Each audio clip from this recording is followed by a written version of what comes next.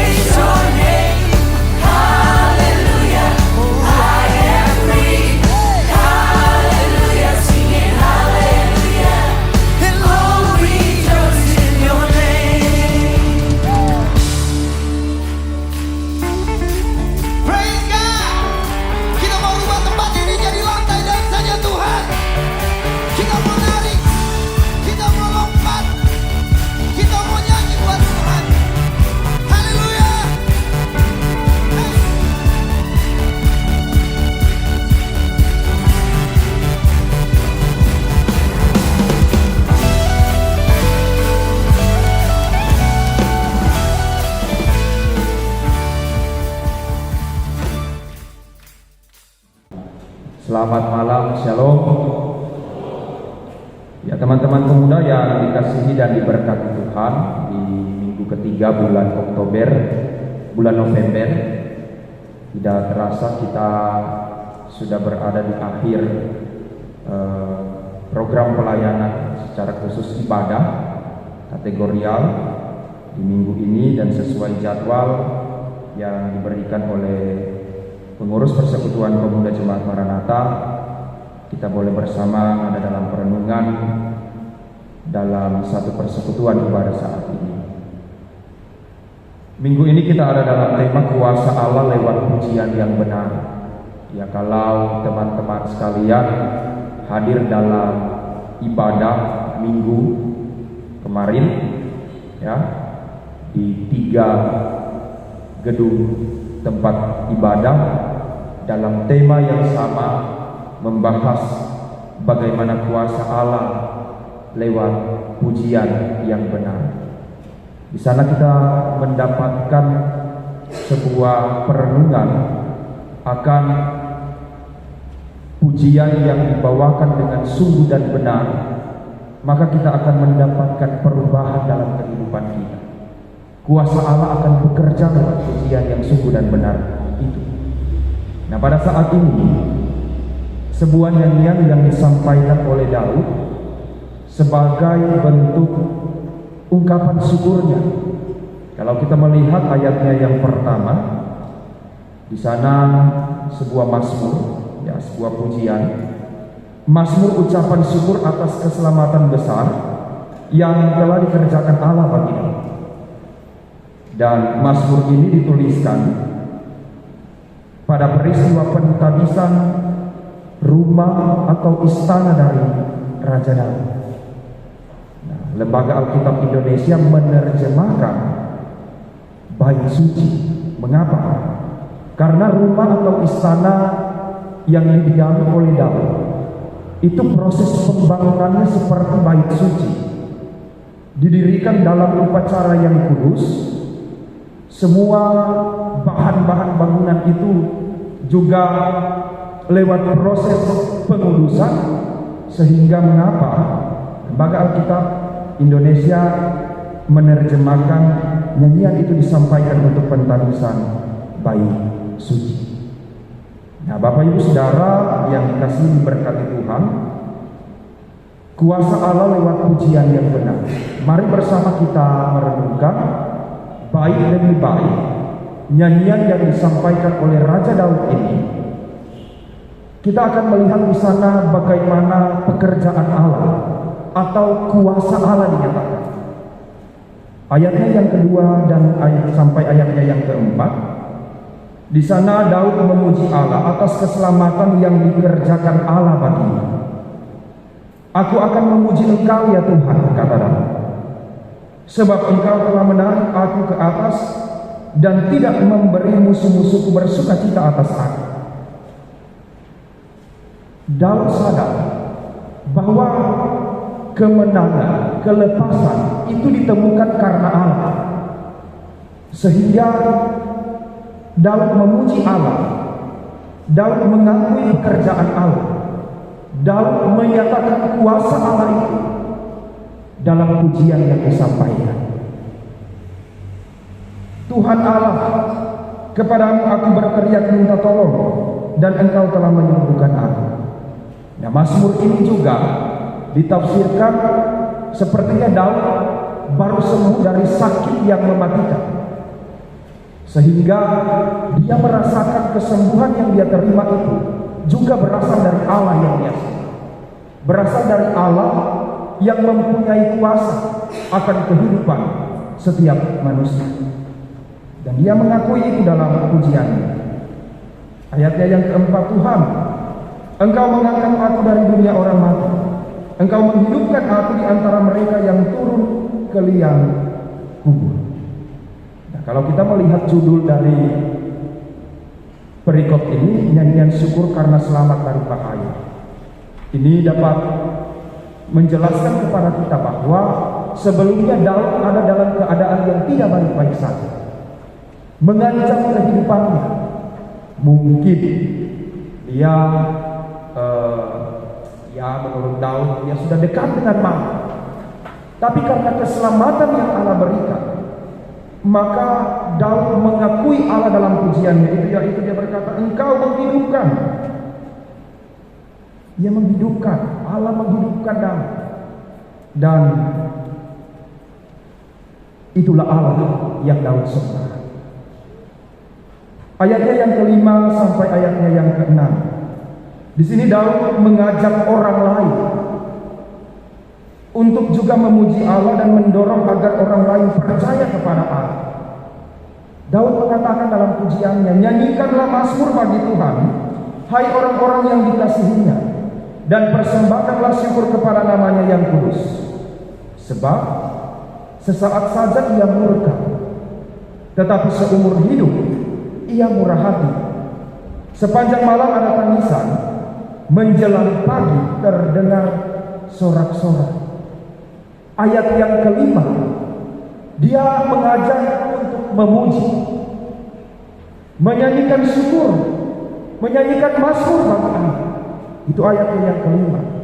Nah, dia memberikan alasan kenapa Allah harus dipuji, kenapa kita harus menyanyikan mazmur kepada Tuhan. Ayatnya yang keenam alasannya, sesaat saja ia murka. Allah dapat murka dengan orang yang tidak mengikuti apa yang dia kehendaki. Tetapi Daud memberikan penjelasan, walaupun dia bisa murka sesaat saja, dia juga dapat menunjukkan kemurahan hatinya seumur hidup manusia. Sepanjang malam ada tangisan, menjelang pagi terdengar sorak-sorai. Allah menyediakan hal yang buruk, tapi Allah tidak membiarkan manusia itu untuk berdiam diri pada hal yang buruk itu. Dia senantiasa menyediakan yang baik, menggantikan yang buruk itu. Itulah alasan mengapa Daud mengajak orang untuk memuji Tuhan. Ayatnya yang ke-7 sampai ayatnya yang ke-8. Di sini sebuah hal yang unik. Di tengah puji-pujian yang dia sampaikan kepada Allah, Daud mengakui kekeliruannya karena sebelumnya ia mengandalkan kekuatannya sendiri. Ia mengandalkan kehebatannya, dia mengandalkan apa yang ada pada dirinya. Dia mengabaikan Allah, sehingga dia berkata, dalam kesenanganku aku berkata, aku takkan goyah untuk selama-lamanya. Tuhan, oleh karena Engkau berkenan, Engkau telah menempatkan aku di atas gunung yang kokoh. Ketika Engkau menyembunyikan wajah-Mu, aku terkejut.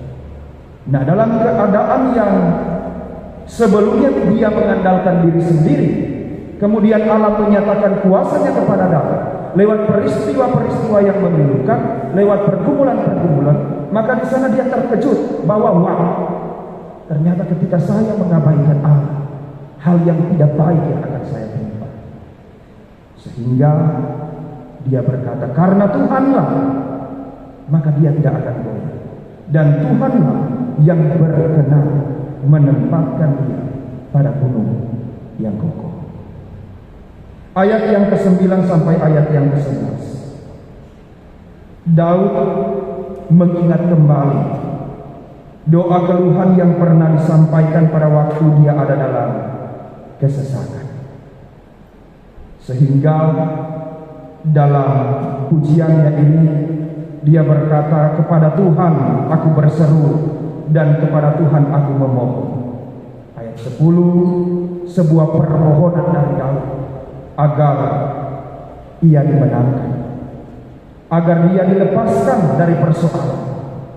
Sehingga ayat yang ke-11 dia mengakui bahwa Tuhan mengasihi hidupnya dan Tuhan mendengar doa-doanya.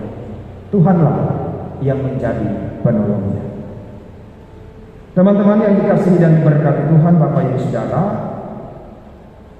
di penghujung nyanyian dari Daud ini, ayat 12 sampai ayat 13, mari kita perhatikan. Karena perbuatan Allah, maka Daud tergugah untuk berkomitmen terus memuji Allah. Dari persoalan yang datang silih berganti dalam kehidupannya, namun dia melihat bagaimana pengasihan Allah, bagaimana kuasa Allah, bagaimana pertolongan Tuhan yang mengangkat dan memenangkan Raja Daud. Maka Raja Daud berkomitmen bahwa dia akan terus dan mau menyanyikan syukur bagi Allah. Ayat 13, supaya jiwaku menyanyikan mazmur bagimu dan jangan berdiam diri. Artinya Daud harus sadar bahwa segala sesuatu yang dia dapatkan dalam hidupnya itu berasal daripada Allah, yang baik atau yang buruk, karena semuanya itu dipercayai untuk memuji iman. Sehingga tidak ada alasan untuk Daud tidak bersyukur kepada Allah. Tidak ada alasan untuk Daud tidak memuji Allah. Tidak ada alasan untuk Daud tidak mempersembahkan pujian yang sungguh dan benar kepada Allah.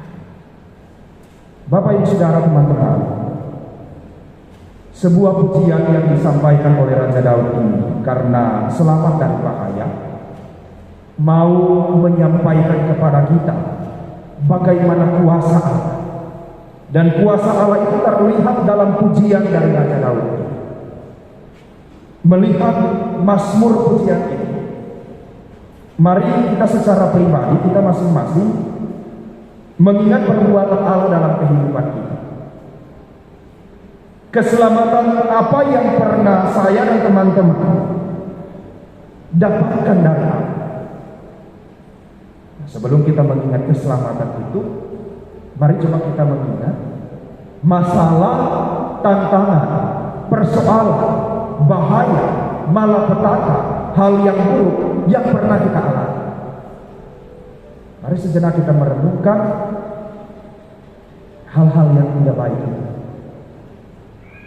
hal-hal yang buruk, hal-hal yang menyakitkan kita, hal-hal yang mengecewakan kita.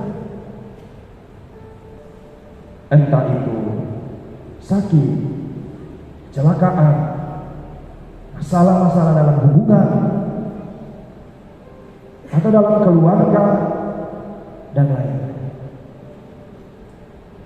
Pasti di antara kita, dan pasti semuanya pernah merasakan hal yang tidak baik, hal yang menduka citakan karena kehilangan orang-orang yang dikasihi dan lain sebagainya. Tetapi sekali lagi, mari kita mengingat keselamatan apa yang pernah Allah lakukan bagi kita. Kalau Daud tidak pernah ditinggalkan oleh Allah, kalau Daud yang selalu ditopang oleh Allah, kalau Daud yang senantiasa dimenangkan oleh Allah, saya percaya kita semua yang hadir pada malam hari ini pun merasakan hal yang sama. Kadang orang cuma jauh dari kita, kadang orang coba mau lepas diri dari kita, karena masa muda kita keegoisan itu menguasai hati. Tetapi Allah selalu menangkap kita dengan caranya yang ajaib dan luar biasa. Allah selalu menguatkan kita dari orang-orang yang ada di sekeliling kita. Allah senantiasa menyatakan karya baiknya dalam kehidupan kita, meskipun kita masih ada dalam keadaan yang masih sangat muda. Tuhan tidak pernah meninggalkan kita. Keselamatan itu selalu dinyatakan.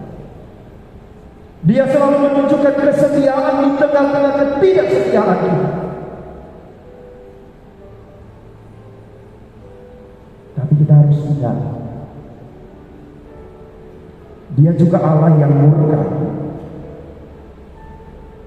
kalau kita setia pada ketidaksetiaan kita. Kita memelihara kehidupan yang tidak setia kepada Allah. Allah juga dapat murka dengan hal itu. Untuk itu seperti Daud yang terus mendekatkan diri pada Allah, terus berdiam diri pada kekudusan Allah, terus memandang Allah, terus bergantung pada Allah sepenuhnya, maka seharusnya kita demikian. Mari kita bergantung pada Allah. Jangan kita mengandalkan kehidupan kita, jangan kita mengandalkan kemampuan kita, tetapi kita andalkan Tuhan. Allah kita baik, Allah kita adalah penolong, adalah penyelamat, penyembuh. Dia juga Allah yang akan menghidupkan dan memenangkan kita dari semua perkara. Untuk itu teruslah memuji Tuhan, karena kuasanya akan dinyatakan. Amin.